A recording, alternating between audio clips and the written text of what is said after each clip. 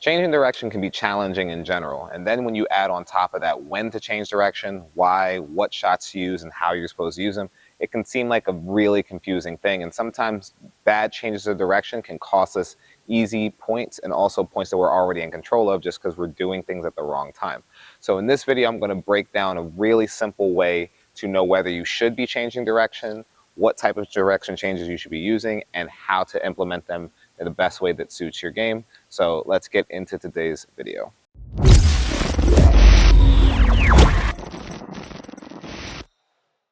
And before we get started, guys, if you're new to the channel, don't forget to like and subscribe so we can continue to do content just like this. Now, getting back to today's topic of changing direction, you're going to have to change direction for basically 3 reasons, and that would be whether you're on offense, defense, or neutral.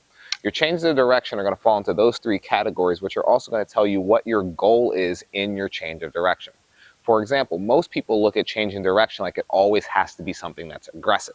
They like to go for harder shots down the line rather than understanding that it's not the only way to do it. I break those into those 3 categories, and I tend to tell you, depending on your court position, that's going to tell you already what you are probably going to be doing. So most of the time, if we find ourselves behind the baseline, within like a foot of it or further, that's going to be our neutral changes of direction. And when we do those changes of direction, it's going to be usually kind of like the jab in boxing. This is just to keep your opponent on the move a little bit, look for setups, create moderate movement pressure, but you're not hoping that the point ends when you do this. If it happens to end because of an unforced error, that's fine. But remember, you're looking for the unforced error if you do win on the change of direction when you're neutral. Defensive changes of direction, we're going to be farther back or we're going to be on the run. And those are going to be primarily looking to give us time to get back in the point. And most people look at those defensive shots as we should be hitting those cross, which 90% of the time would be true. But except for when we want the person to be on the move a little bit so they can't stay stable and set to attack us again. That's when you'll see the high line change like we talked about in another video that we did before. Aggressive changes, you guys already know those.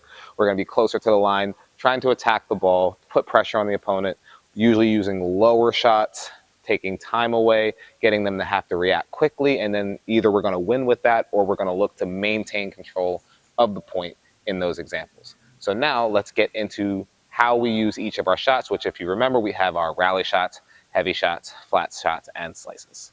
So the only shot we're not going to really use when we try to do our neutral change of direction, which is where we're going to start, is going to be the flat shot. The reason why we're not going to use the flat shot is the flat shot inherently takes more risk because we're going to be bringing the ball closer to the net. We lose that margin. Also, with not a lot of spin, it's going to be tough to pull those balls into the court. And because we're stepping a little further back, you're just adding a little bit more necessity for more force to get it to work. But your slice, your rally ball, and your heavy ball can 100% be used on the neutral changes. All we're going to try to look for when we hit neutral changes is that the average ball height and the time that it takes for the ball to get from one side of the court to the other stays relatively the same. So when we look at the rally, if we go into just keeping the ball at about that height, when I go for any type of change of direction, I should be hitting essentially the same ball. So it's just that shot right there. Now he's stretching and running for it, but I hit the same shot both directions, which means I didn't put any added pressure on myself to execute that shot. And also, I'm standing generally in the same position. I didn't change direction because I got pushed back, nor did I change direction because I got pulled in. Now, taking that same shot and doing something a little bit different, again, starting off the rally at this rhythm, it might be something like just a slice that goes that way. It's not fast, wasn't super low, it traveled at about the same height, and the person has to react to it. I actually tend to think neutral changes of direction are the most effective because there is no obvious invitation to the change. If you go for your change of direction without putting any emphasis on the fact that you're about to change, you tend to catch people off guard, and it can turn into an offensive change even though you're not really using it that way. Only time it's going to turn out differently is when you go and you sell that you're about to change direction, or you let them push you back and then they're looking for something to change on your side of the court. But if everything's treated the same, then your change of direction can actually surprise them. You can shift neutral to offense for free because you're not trying to do anything extra. So when we look at defensive changes of direction, we're going to be trying to increase height and give ourselves time. The main reason that may be is the person either hitting a faster ball that pushes us back, or we're being pressured by more movement, which is going to just require us to alleviate some of that pressure by giving us time to get back to a more comfortable position. Most times, people that hit defensive shots, they automatically think slicing or lobs or heavy shots. You can rally higher, you can slice higher, you can hit higher heavy shots. There is no specific one that is defensive. Again, you don't want to go flat on defense unless you use a continental grip. So continental grip and pushing the ball flat is different because you're going to be able to lift it safely and give yourself some time. Any of those will work, but again, starting from this neutral position here, if we're keeping all the balls low and then I get pressured and I just roll that ball up there, that's my reset. Putting the ball way up there, I'm back into the point.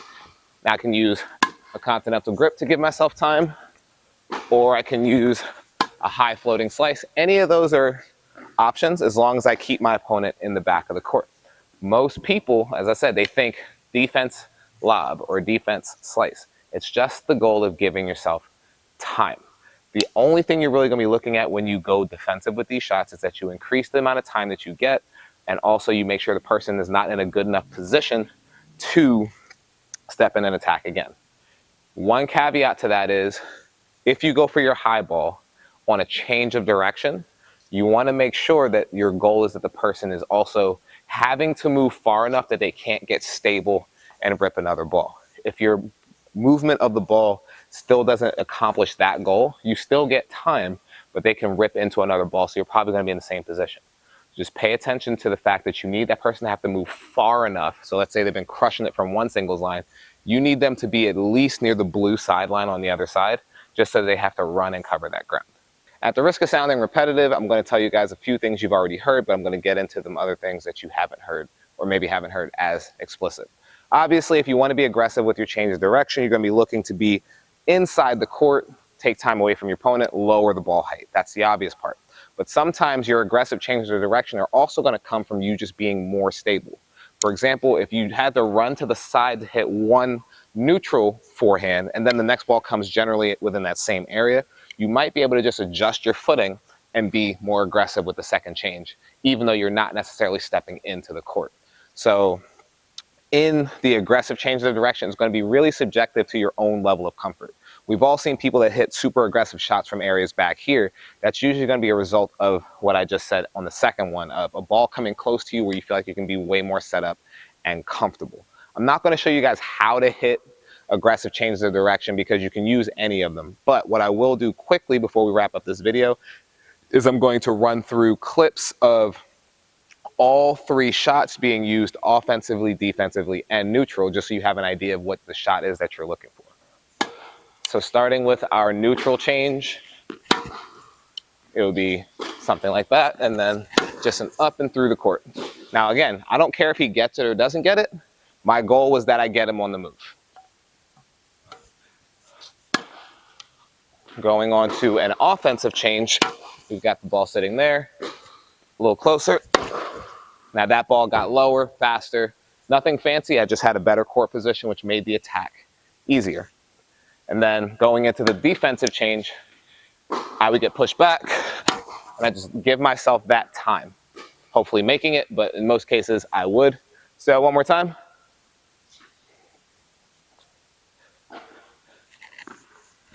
Good.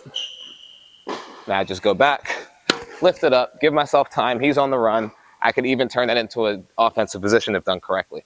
Let's take a different shot really quick. Let's go with the slice. So I'm going to go rally cross court, neutral slice down the line, and then he's in position. But I accomplished my goal of getting him on the move. Doing that one more time. From here, neutral slice down the line. If he gets it, he gets it. But that's my only goal. So now going with the defensive option. He hits a ball, we're in that cross-court rally, and then I feel some pressure, high enough to give myself time, and then I'm still in the point to be able to get to the next ball. Good job. Showing some on the backhand side, we'd have our neutral rally cross-court, and let's say I want to just go aggressive low slice down the line. He would have to pick that ball up for me. Again, my goal is just to see if I can get him on the move. Now, slicing would be kind of tough in terms of like hitting a winner, but I can definitely shift the point in my favor.